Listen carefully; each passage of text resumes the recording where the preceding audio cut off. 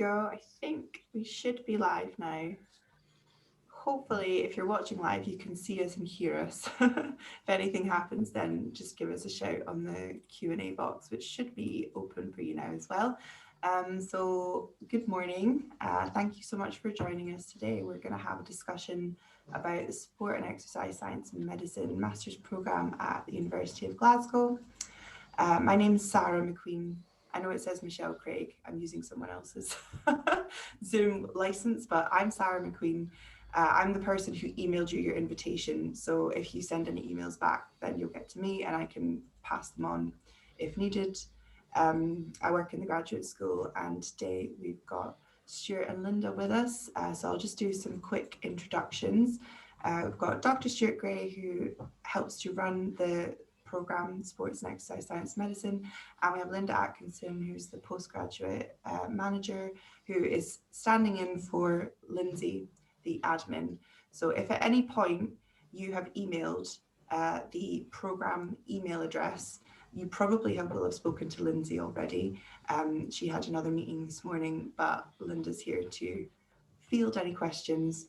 Oh, and Jason's here too. Perfect.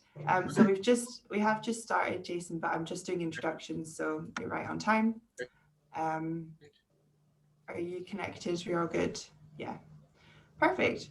So what we're going to do then is I'm going to let everyone do some little introductions, talk about their role in relation to the programme, and then we've had some questions submitted by yourselves. So I will read those out and we'll attempt to answer them as best we can. If at any point you have questions come up, please use the Q&A box at the bottom. It should be open. You can pop in a question there and we'll get to it as soon as we can in session. Great, so I guess I'll start then with Professor Jason Gill, if you wouldn't mind doing a little intro. Hello, I'm Jason Gill. I'm the director of the programme Sport and Exercise Science and Medicine, and happy to answer any questions. Perfect, thank you. Dr. Stuart Gray. So I am the deputy director of the programme, and I'm not so happy to. No, I'm only kidding. I'm also happy to answer. Also happy to answer any questions you have about the programme. And Linda. Hi, I'm Linda Atkinson. So I'm the PGT manager for administration for the whole college. So I know a little bit about all the programmes we have, including this one. So if there's any questions, again, happy to help. Perfect. Thank you so much. So haven't really put them in a sensible order, to be honest. I think they've just come in the order that they were submitted. So to begin with, actually, I'm going to start with this one. So we had one question, which was, what is the academic timetable going to look like for the November intake students? Do we have an idea of dates for induction week, teaching weeks, and holidays, if anything? I'm not sure if this would be better for programme team or for Linda. Does anyone want to jump in? I think this is one for Linda with the dates. Yeah, so our teaching is going to start on the 9th of November that week. That's going to be our first teaching week. There will be, probably the week before, there will be induction. So we'll have an induction middle page for the actual programme, as well as an overall college induction. So you'll have two separate inductions. So make sure you don't maybe get confused with what your emails say. There should be one that's college-wide that will give you a sort of general overview of the university and PGT within our college. And then there'll be a programme-specific induction, which will be done via a middle page that you will be enrolled onto. I'm going to look up exactly what our dates are and what our holidays are, but I don't know if you two want to talk about what the teaching is going to look like in November, and then I can add that into the chat box. Would that be? Yeah, so basically in the first semester, we're working on everything being online. So we will do a mixture of recorded lectures, things which are sort of asynchronous through our online web sort of teaching tool called Moodle, and we'll also have sort of interactive group sessions where we'll have things we have question and answers. We'll break you into small groups. There'll be a combination of sort of face-to-face but virtual and recorded content. So you won't need to actually be in Glasgow physically in November. I know for some of you it might be a problem. So we're hoping in semester 2, we might have some more face-to-face teaching. For example, in semester 2, we have our lab course. And we're hoping by the time we get to the lab course, we'll be able to be on campus and deliver that. Perfect, thank you. And I think another question we had that kind of related to that was, I've noticed that some of the modules, or more of the modules, are semester 2. Should we choose modules based on preference, or do we need to try and balance them between semesters 1 and 2? So just from memory, so in semester 1, there is the research methods course, which I think is now called evidence-based, I can't remember exactly. Evidence-based medicine and stats or something like that, I think. Evidence-based medicine and statistics. So that's a 20 credit course in semester 1. And then there are 4 other courses in semester 1, and you need to choose 2 of them. And then in semester 2, we have a 20 credit lab course, which I think is called Mini Lab Project. Yep. And then there are 4 other courses of which you choose 2. So in semester 1 and semester 2, there's 2 20 credit compulsory courses, research methods or evidence-based medicine in semester 1, the lab course in semester 2, and then you choose 2 from 4 of the other courses in each semester. Okay. And we did also have a question, which I think is potentially more admin related or to do with registration, to do with enrollment. So at first, their offer shows that the course start date is in October, but that should be November. And the optional courses show the start date is September. Will it take adjustments later? I'm assuming it just needs to be updated and it will then reflect. Yeah, it'll just be basically I would say if you submitted a question like this and you're a bit concerned about your enrollment or any aspect of that, then I think Lindsay would be the person to contact in the first instance, and she could then direct you. If you're not sure how to contact her, the easiest way would probably be to go to the program webpage. So if you go to the program webpage, right at the top, there's a blue box and it's got a contact email in it. And that contact email goes to Lindsay and the admin team. So if you've got a question like that and you weren't sure who to speak to, I would probably do that in the first instance, or feel free to email me, reply to the webinar email, and I will put you in touch with the right person. Because some people have had that problem already. Some people, the offer didn't update and it still said October, and it was allowing them to register on courses and stuff. So if that happens, contact Lindsay, because Lindsay can sort it out. I feel bad for Lindsay. She's not here to defend herself. She's like, no, email someone else, but she will know exactly. You can email me, but I'll just pass you to Lindsay. So there's very little point. Exactly. Anyway. So another question that we have had is about the companies and institutions that the university has relationships with for placement opportunities. We had a few questions about that, placement opportunities and work experience. Do you have any input on that? I know it's all a bit up in the air with the pandemic, but... Do I take that one? Yeah, go on, Stuart. Yeah, so it is very much up in the air with the pandemic, but we do have links with a lot of local sports teams, so Rangers, Celtic, football clubs, Glasgow Warriors, Glasgow Hawks rugby team, and there's a lot of other football clubs around where, particularly for the project can run as an internship and you can get placements within these institutions and places like Glasgow Life, which is the kind of council for more physical activity and public health promotion type stuff. But these things may potentially be less easy to run this year. Although saying that, football is back up and running, training is happening in the UK, professional sport is happening. And I'm currently supervising a BSc student who is doing an internship within Motherwell Football Club. So they're able to take on students. So currently it is possible, and hopefully that continues to be the case. But with the large caveat that we're still a bit unsure of how the situation is evolving with the pandemic, and it may become harder. Okay, thank you. We seem to have lost Linda, but hopefully she'll be back. There was too many admin questions and she ran. I know. Nope, she's back. We're good.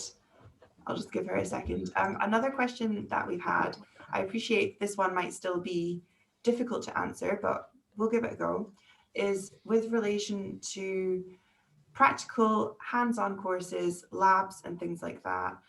I think before I pass over to the programme team, I would say first of all that because we're moving the on-campus date back to January, everything that is more hands-on, we're going to try and timetable to be happening from January onwards.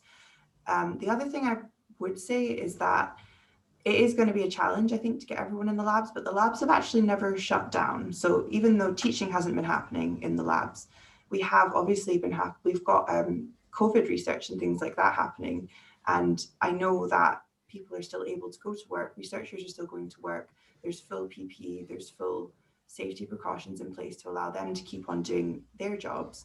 And I think we're hoping to kind of learn from that and apply that to getting students into the hands-on courses and into the labs as well. But I would also be great to get a comment perhaps from Stuart or Jason on how we're going to try and make sure that we get the more hands-on aspect of the course in place as well. Yeah, Stuart. Yeah, so as I was going to say, as Michelle said there, just because I'm Sarah today. Sarah said we are the lab course occurred in semester 2 for us anyway, which is where the majority of practical work happens.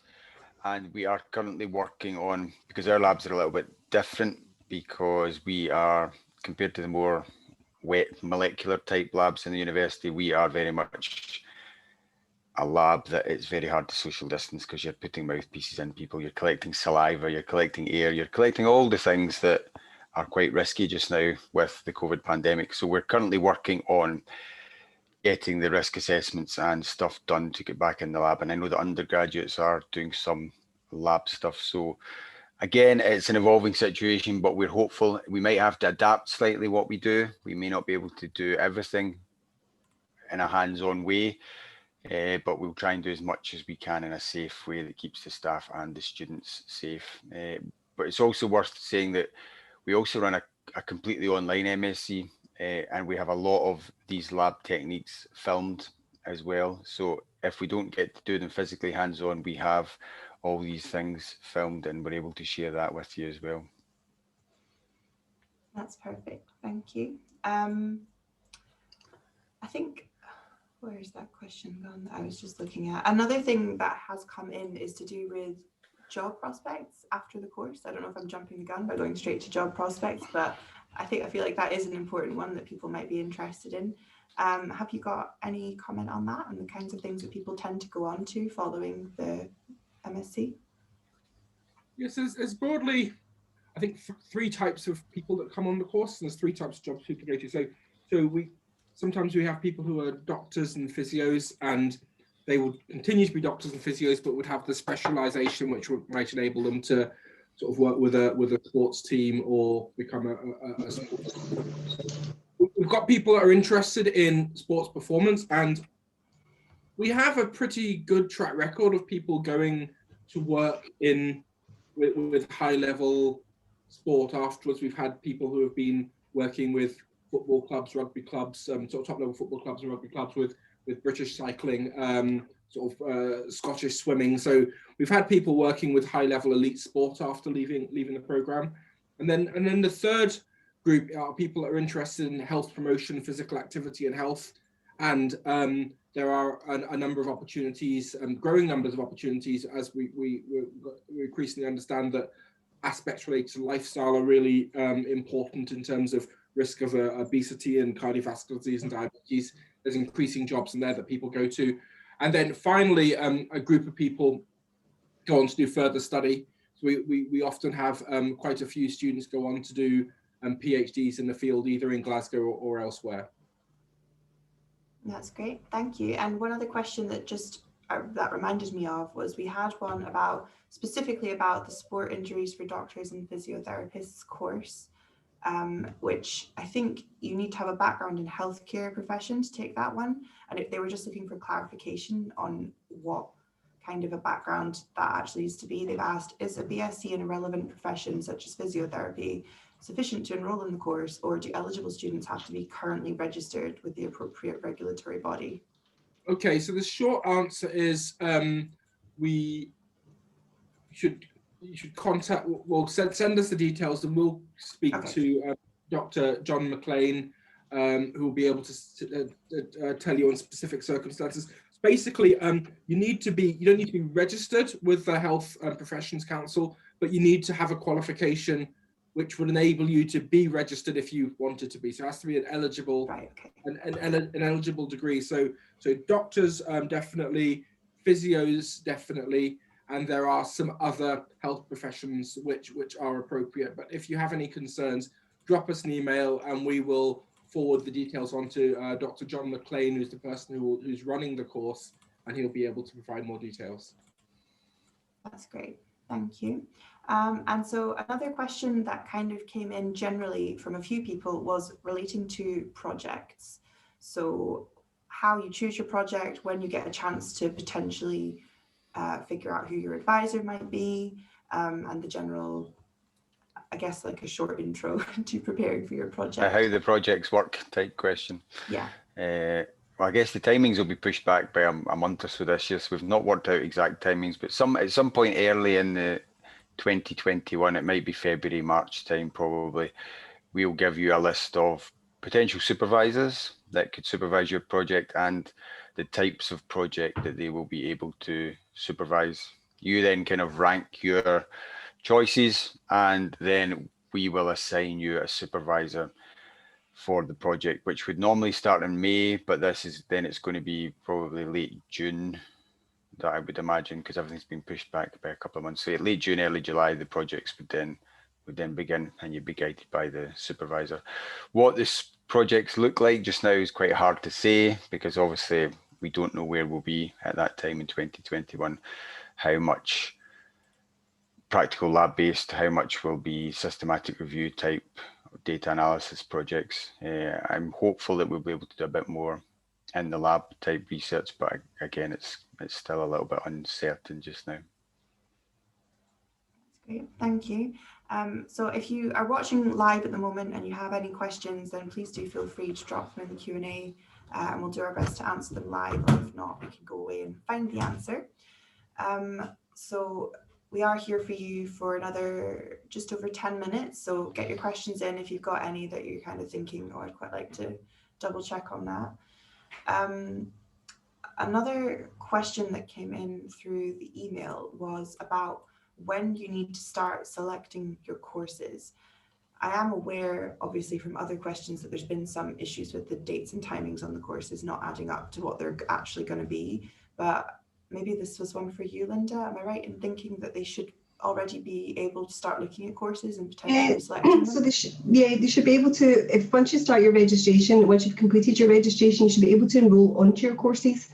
Am I right in saying, Stuart and Jason, that they can choose their optional courses straight away, or do you like to have a chat with them first before they choose what they want to do? We can choose them straight away. I mean, if they have any queries, then they can get in touch and speak to us, but they can choose their courses straight away when they register. Okay, that's fine. So you can choose them straight away, and I think maybe if you have any queries and want to change your mind, you can probably do that within the first week or two. But after that, then whatever you've chosen will be your course. Yeah, okay. Thank you. And we've just had a question in the Q&A, which is about the timings for the dissertation or for the project.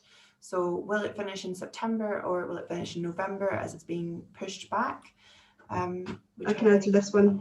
Okay, great.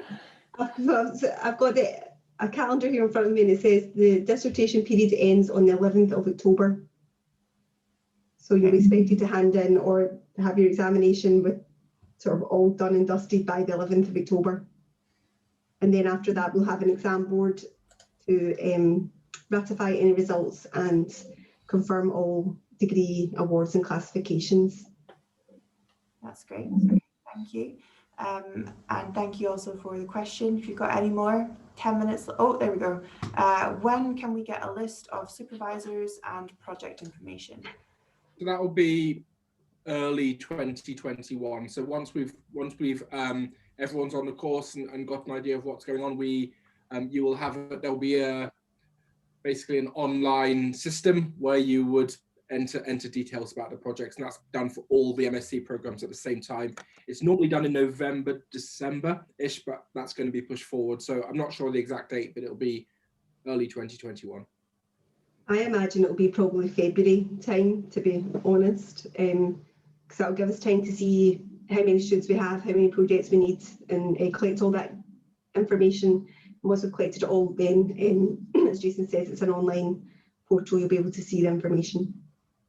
And you also get a chance to chat to the potential supervisors as well to find out a little bit more in detail about what you would be doing and make an informed choice. And it also gives the students an opportunity to be in the programme for a few months to see maybe what their interests are. You might think it's one thing and then you might decide it's not, it's something else. So. Great. I think there's also been a few more general questions about what online teaching is actually like. So almost like the format, what would you do online? Is it lectures? Is it interactive? Is it a bit of everything? Yeah. I mean, I think this programme, as Stuart's already said, there's an online version of it, so you're going to really benefit from the fact that that's already been established for many years. I don't know if Stuart or Jason want to expand on that. Yeah, so I think it'll be a mix of stuff. So we've got a lot of, there'll be, and I think Jason mentioned earlier, there'll be a lot of asynchronous pre-recorded lectures, because if you guys don't have to be on campus, there's a good chance you'll be all in different time zones around the world. So scheduling things for 11 AM UK time might not work for everybody, for example. So asynchronous means you can pick them up and work through them at your own pace. But we'll also, because we want to have the interaction and discussion, we'll also organise some of the teaching will be more live sessions, more tutorial based stuff where you join with the lecturer, the tutor, and have a bit of back and forward discussion, just like we're doing today, except you guys will be able to speak and not just type in the Q&A. It'll be a bit more back and forward. So it'll be a mix of these things.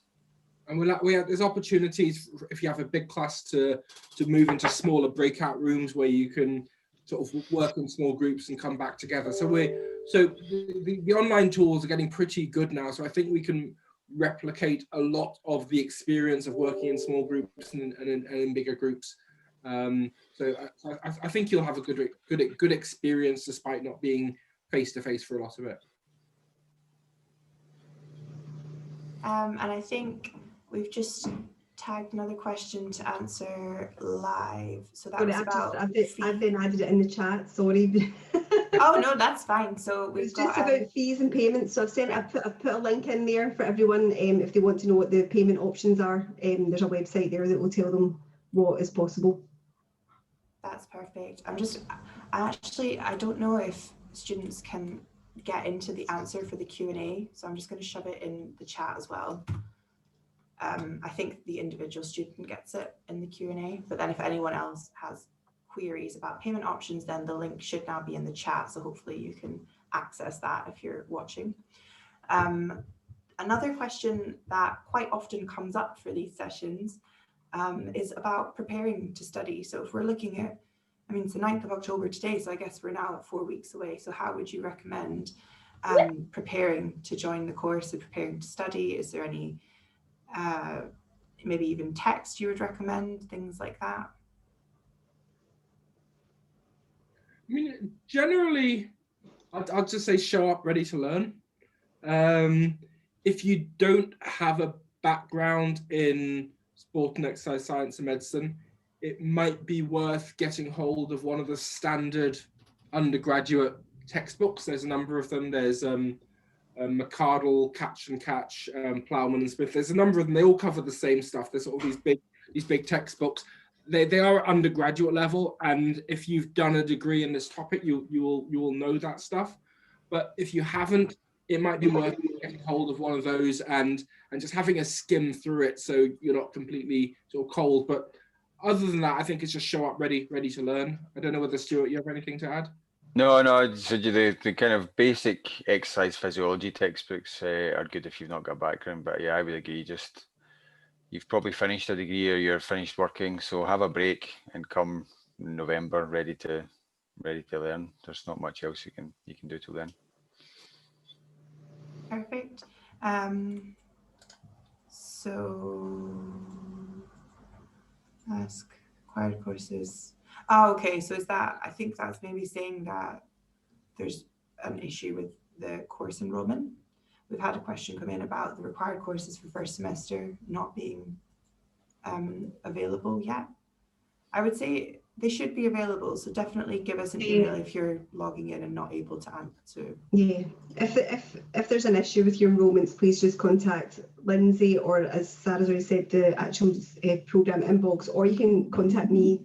I'm linda.atkinson@glasgow.ac.uk, and we'll get that resolved for you. But there's plenty of time to get you all fully enrolled and sorted. So Linda, there's a question in the chat about CAS and visas and paying tuition fees, and the person saying they have contacted the university already but haven't had a response. Right, okay.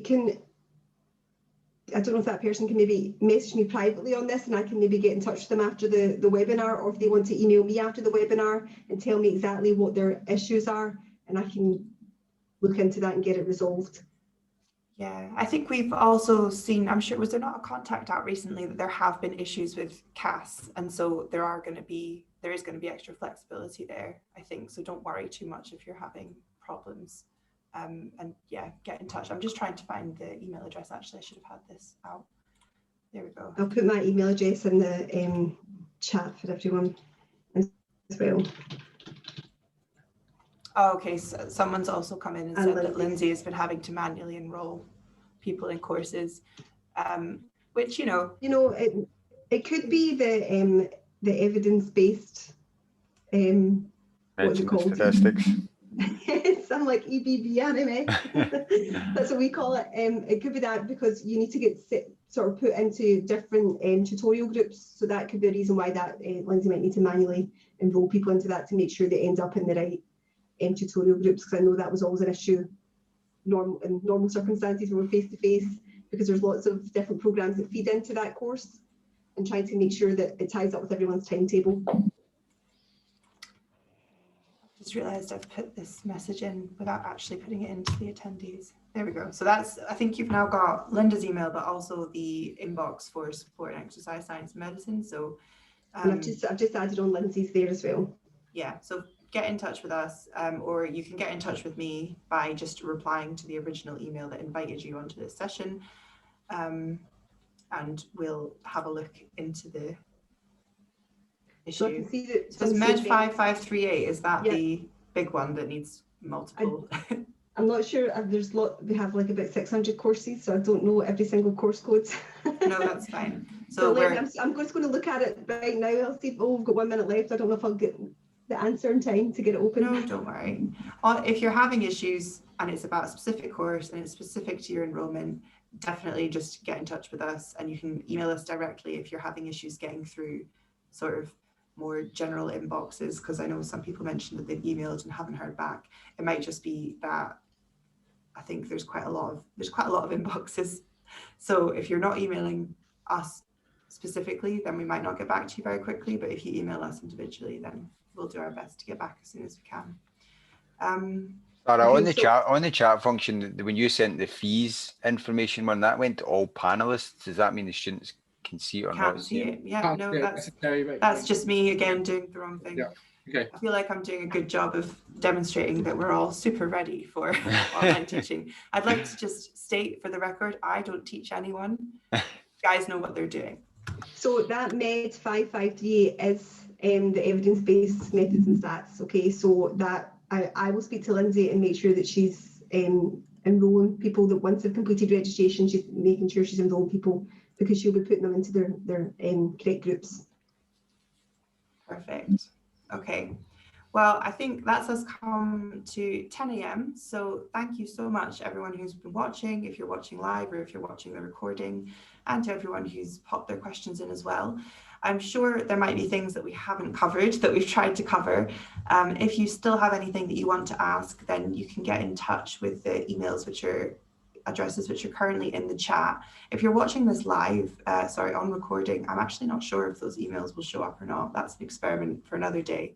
But please do just reply to my email, which was sarah.mcqueen@glasgow.ac.uk, and to the webinar invitation, and I'll get in touch with you. Or you can go to the Sport and Exercise program page on Glasgow Uni website, and right at the top in the blue box, there's a academic contact email address, which will get to Lindsay, which will then be sent out to the right person. So just as we finish up, any last bits that you want to mention, Stuart or Jason? Just if you've got any academic queries about course choices and wanting to know more information about the kind of academic side of things, you can email Jason or I, and we'll help out with that. Yeah, definitely. And we're really looking forward to welcoming you, whether that be on screen, eventually face to face. We'll get there. Yes, I know. We're looking forward to getting in contact and meeting everyone in some way. Definitely. Look forward to welcoming you to Glasgow. Yeah. Okay, well, I'm going to finish up there, but thanks again. And if you want to access the recording, it will be made available on the same registration link. You'll be able to find it there. So thanks. Goodbye for now. Bye. Bye, everyone.